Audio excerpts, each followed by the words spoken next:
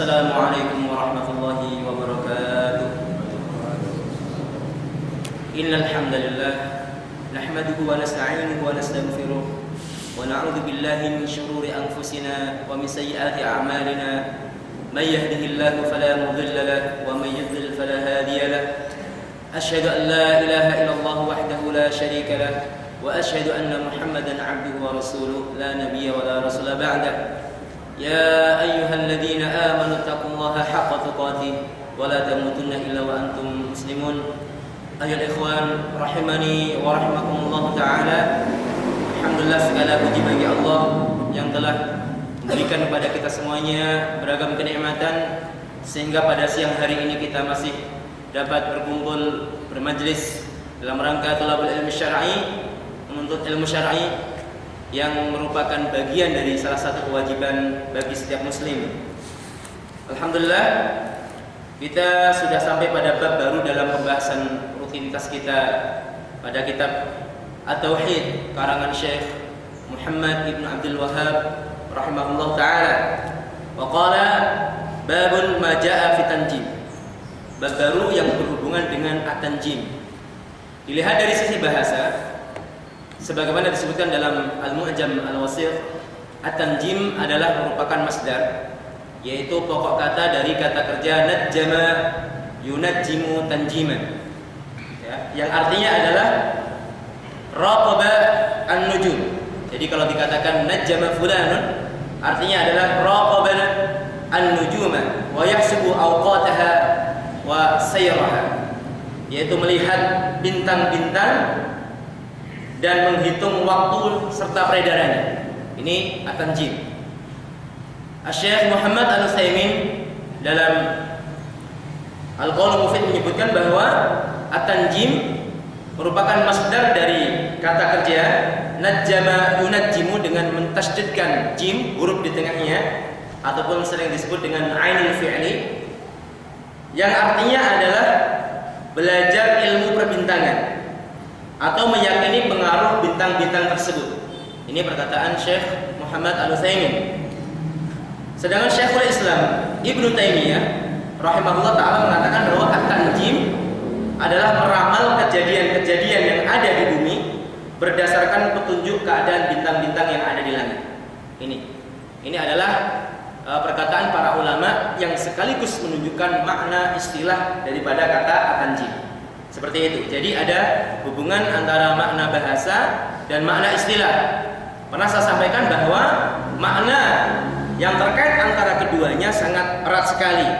Ya, yang biasanya bahwa makna istilah itu ada juz'un minal makna al-lughawi, bagian daripada makna secara bahasa. Dengan kata lain bahwa makna istilah itu sifatnya lebih khusus daripada makna bahasa. Seperti contohnya as-shaum, puasa secara bahasa adalah menahan. Dan menahan ini sifatnya umum.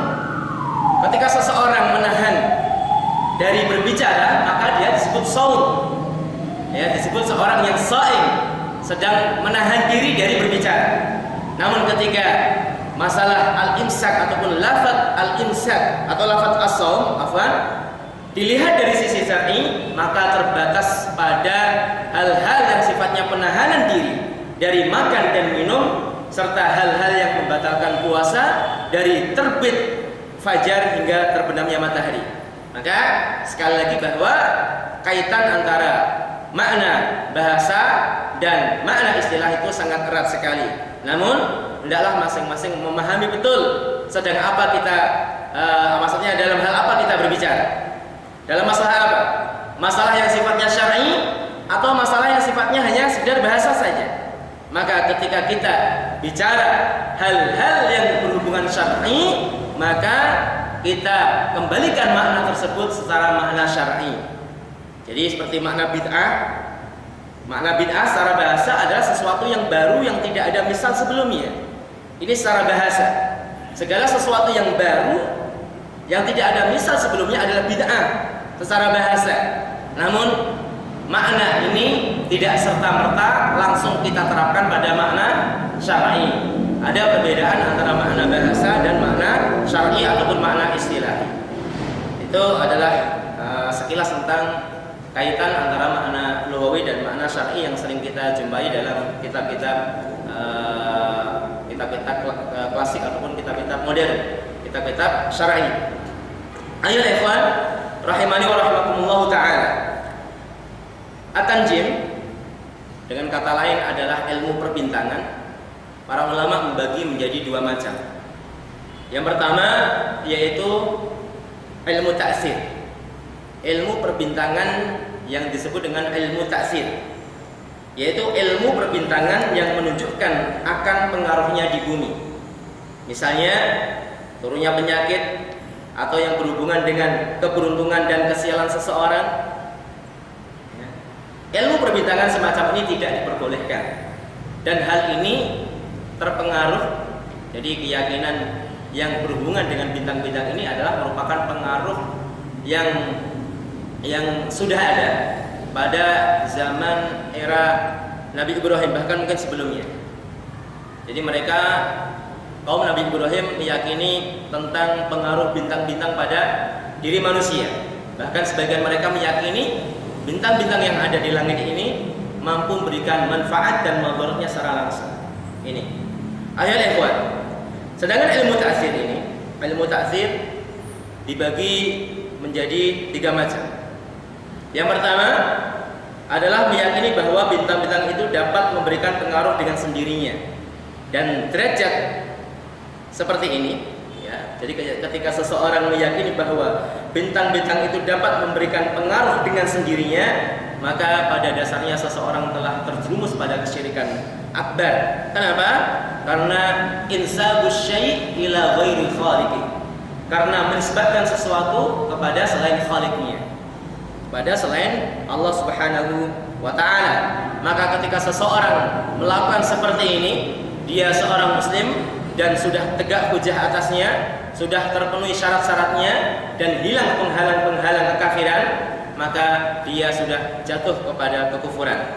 Ayat ikhwan, ini yang pertama. Kemudian yang kedua adalah menjadikan bintang-bintang sebagai sebab dapat diketahuinya hal-hal yang gaib. Jadi dengan peredaran bintang-bintang itu dapat dikuat hal-hal yang sifatnya gaib. Ini juga masih pada level kekufuran. Kenapa? Karena termasuk bagian al-iddia' bi ilmil ghaib, yaitu mengakui atau merasa tahu tentang ilmu ghaib, dan ini tidak boleh. Barang siapa yang mengatakan bahwa dengan mengetahui peredaran bintang-bintang yang ada di langit sehingga dia mengetahui hal-hal yang gaib, maka dia telah terjerumus kepada kekufuran. Kemudian yang ketiga adalah meyakini bintang-bintang sebagai sebab terjadinya kebaikan atau keburukan. Dia meyakini hanya sebagai sebab, sedangkan semuanya itu kembali kepada Allah Subhanahu wa taala, maka ini adalah merupakan syirik al-asghar, merupakan syirik kecil. Jadi menisbatkan sebab yang dinisbatkan pada hal-hal yang tidak dilandasi syar'i ataupun tidak dilandasi dengan sesuatu tajrubah eksperimen yang benar, maka hal itu merupakan syirik kecil. Seperti jimat, dia meyakini hal itu sebagai sebab, sedangkan Allah yang memberikan manfaat dan madarat, maka dia terjerumus pada syirik kecil karena dia menisbatkan sesuatu pada hal-hal yang tidak jelas, tidak ada nas syar'inya dan tidak terbukti secara tajrubah eksperimen yang benar, maka dia terjerumus pada syirik kecil. Kemudian ilmu perbintangan yang kedua adalah yang terkenal dengan ilmu tasyir. Jadi ilmu perbintangan yang digunakan untuk menunjukkan arah, misalnya arah kiblat, atau untuk menunjukkan waktu, yaitu datangnya bulan-bulan tertentu, bulan Ramadan atau bulan Syawal, penentuan bulan. Hal ini secara global dibolehkan oleh para ulama. Karena ilmu yang sifatnya tasyir ini dibagi menjadi dua. Yang pertama, ilmu tasyir yang berhubungan dengan hal-hal yang sifatnya syar'i, misalnya penentuan arah kiblat. Ini tidak terjadi masalah antara para ulama.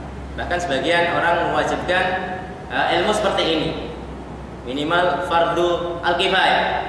harusnya ada sebagian kaum muslimin yang memahami hal ini. Karena kadang-kadang ibadah seseorang tidak dapat tegak kecuali berhubungan dengan ilmu, seperti penentuan arah kiblat dan lain sebagainya. Kemudian yang kedua adalah ilmu tasyir yang berhubungan dengan maslahah duniawiyah. Maslahah duniawiyah, dan ini dibagi menjadi dua macam juga. Yang pertama, ilmu yang berhubungan dengan arah. Jadi arah kutub mana ini? Arah tempat fulan mana, itu dia bisa mengetahui dengan adanya bintang. Oh, dengan munculnya bintang ini ataupun rasi bintang tertentu menunjukkan arah tertentu. Di sini kebanyakan para ulama bolehkan. Kemudian yang kedua yaitu ilmu tasyir yang berhubungan dengan pengetahuan tentang perubahan kondisi dan musim. Jadi munculnya bintang tertentu akan menunjukkan datangnya musim panas atau musim kemarau, akan datang musim hujan, ya. Dan ini memang bisa sebetulnya. Cuma para ulama salaf mereka berbeda pendapat tentang hal ini. Ya, mereka berbeda pendapat tentang ini yang insya Allah akan dinukil oleh al-mu'allif pengarang kitab ini, yaitu Syekh Muhammad pada bagian ini. Sebagian mereka mengatakan makruh, sebagian mereka membolehkan, dan sebagian mereka tidak membolehkan. Jadi dalam hal ini saja, jadi ilmu perbintangan yang tasyir yang dibolehkan secara global oleh para ulama, mereka saja berbeda pendapat. Lalu bagaimana tentang ilmu perbintangan yang berhubungan dengan tasyir? Maka kita katakan bahwa hukumnya haram itu merupakan bab yang sangat diutamakan, min babi al-aula. Ayat ikhwan rahimani wa rahimakumullah ta'ala. Qala al-mu'allif rahimahullah ta'ala, qala al-Bukhari fi sahihihi, qala Qatadah. Berkata al-Imam al-Bukhari dalam sahihnya, berkata Imam Qatadah. Hadis ini hadis yang mu'allaq, tapi didapatkan dalam riwayat lain hadis ini mausul, bersambung kepada Rasulullah sallallahu alaihi wasallam. Imam Bukhari mengatakan, kemudian berkata Qatadah, seorang tabi'in. Ini hadis mu'allaq yang disebutkan oleh Imam Bukhari. Lalu bagaimana status hadis mu'allaq dalam Sahih Bukhari? Hal ini sudah kita pahami dalam disiplin ilmu hadis, hukum-hukum hadis mu'allaq yang ada pada Sahih Bukhari. Qala Qatadah, berkata Imam Qatadah, khalaqallahu hadhihi an-nujuma li thalath. Allah Subhanahu wa taala menciptakan bintang-bintang ini karena tiga hal, atau memiliki fungsi tiga fungsi. Beliau mengatakan zinatan lis-sama, sebagai apa?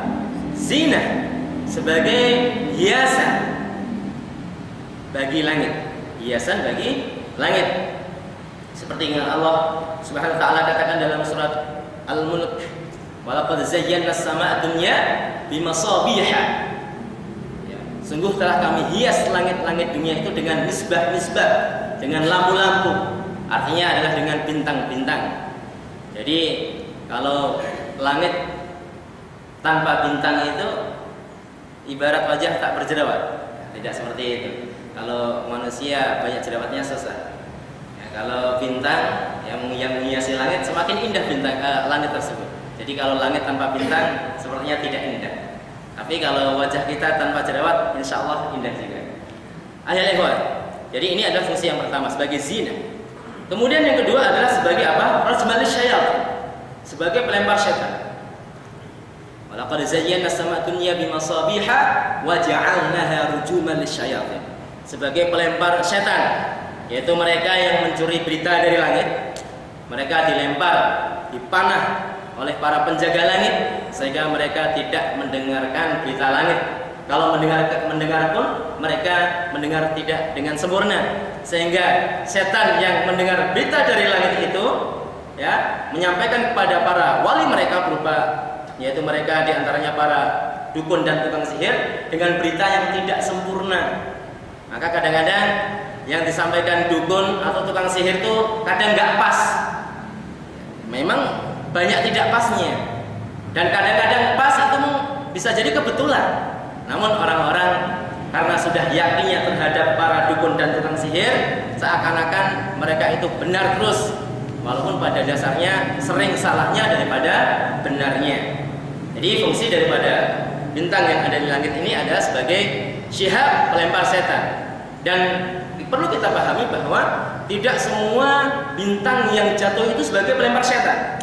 Ini sebagai jawaban bagi orang yang bertanya, lalu bagaimana kalau bintang itu jatuh pada bulan Ramadan? Katanya setan itu dibelenggu. Jadi kita jawab bahwa namanya bintang yang jatuh itu memang untuk melempar setan, tapi tidak semua bintang yang jatuh itu untuk melempar setan. Ini sebagaimana dijawab oleh para ulama tentang pertanyaan mereka yang mengatakan bahwa jin itu dibelenggu, namun kenapa kok masih ada bintang yang jatuh pada bulan Ramadan? Wallahu a'lam bishawab. Yang ketiga adalah fungsi daripada bintang ini sebagai petunjuk. Sebagai petunjuk. Wa bin najmi hum yahtadun. Pada surat An-Nahl ayat 32, wa bin najmi hum yahtadun. Dengan bintang-bintang ini mereka mendapatkan petunjuk. Namun perlu dipahami bahwa petunjuk di sini adalah petunjuk arah. Sebagian orang salah menafsirkan. Mereka mengatakan dengan pergerakan bintang-bintang itu menunjukkan suatu rahasia. Seseorang akan bercerai dengan istrinya karena pergeseran bintang tertentu. Ini tidak benar. Ya, mereka berdasarkan ayat ini, tapi cara memahami mereka adalah salah. Wa bin najmi hum yahtadun. Sampai berdalil bahwa ini adalah suatu penguat karena ungkapannya menunjukkan penguat bahwa rahasia itu dapat diketahui dengan mengetahui pergerakan bintang-bintang. Wa bin najmi hum yahtadun. Jadi dalam tata bahasa Arab ada al-jar wal majrur itu didahulukan atas kata kerjanya yahtadun. Yang seharusnya jar dan majrur itu datang setelah fi'il. Karena ada amil, ada ma'mul. Dan urutan dalam nahwu al-amil muqaddamun al-ma'mul. Sesuatu yang amil itu didahulukan atas ma'mul. Ajlisu 'alal kursi. Tapi kalau dibalik 'alal kursi ajlis itu adalah yufidul hasr, menunjukkan adanya pembatasan.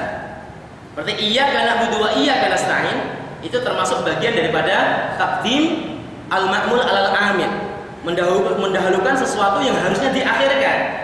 Maka makna daripada iyyaka na'budu wa iyyaka nasta'in adalah al-hasr, yaitu pembatasan ibadah dan isti'anah itu hanya khusus untuk Allah Subhanahu wa taala. Dan lafaz wa bin najmi hum yahtadun seperti itu pula, yaitu mendahulukan sesuatu yang harusnya diakhirkan. Tapi sekali lagi bahwa tafsir mereka tentang peredaran bintang-bintang yang ada di langit itu mengungkap rahasia-rahasia gaib, itu adalah tafsir yang keliru. Maksud daripada petunjuk yang diberikan oleh Allah melalui bintang-bintang itu adalah petunjuk arah, bukan petunjuk gaib yang mereka yakini.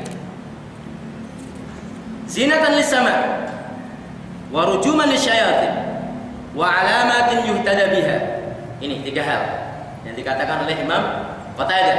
Faman ta'awwala fiha ghaira dzalik, dan barang siapa yang menafsirkan tentang hal itu selain dari tiga tafsir tersebut, akhta'a wa adha'a nasiban wa takallafa ma la ilma lahu bih, dia telah salah, dia telah menyia-nyiakan bagiannya, dan dia telah membebani dirinya dengan sesuatu yang tidak ada dasar ilmu baginya. Di sini. Jadi ayat ikhwan, belajar ilmu perbintangan adalah bagian daripada syirik. Diriwayatkan dari sahabat Ibnu Mas'ud.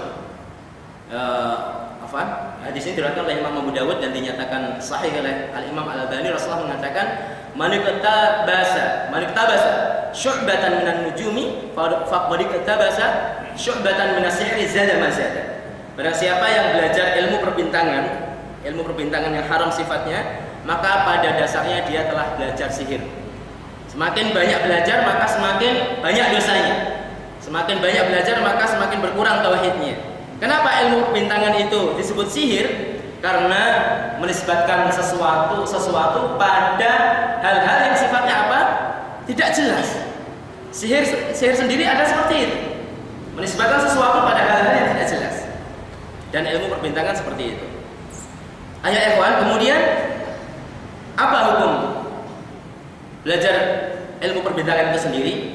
Ini berkaitan dengan perkataan para salaf yang dinukil oleh Syekh Muhammad. Waqala wa kariha Qatadatu ta'alluma manazil al-qamar. Imam Qatadah dia memakruhkan, yaitu memakruhkan belajar tentang peredaran bintang, matahari termasuk di dalamnya, kemudian bulan. Beliau memakruhkan, dan maksud makruh di sini oleh para salaf adalah haram, sebagaimana telah kita terangkan pada majelis-majelis sebelumnya. Wa qala wa lam yurakhis Ibnu Uyainah, wa lam yurakhis Ibnu Uyainah fi dzakarahu harbun anhuma. Sedangkan Ibnu Uyainah tidak berikan suatu keringanan. Tidak berikan suatu keringanan. Hal ini disebutkan oleh Harbun dari keduanya, dari Ibnu Uyainah dan Qatadah.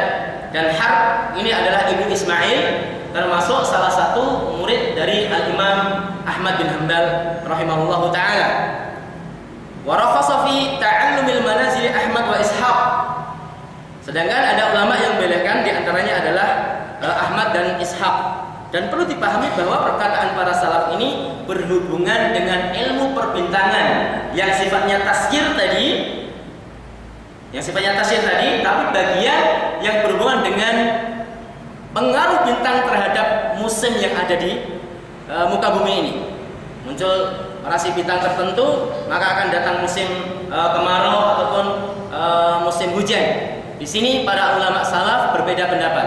Namun ilmu perbintangan yang berhubungan dengan pengaruh yang ada di bumi berupa penyakit dan lain sebagainya, ini para ulama sepakat bahwa hal itu hukumnya haram.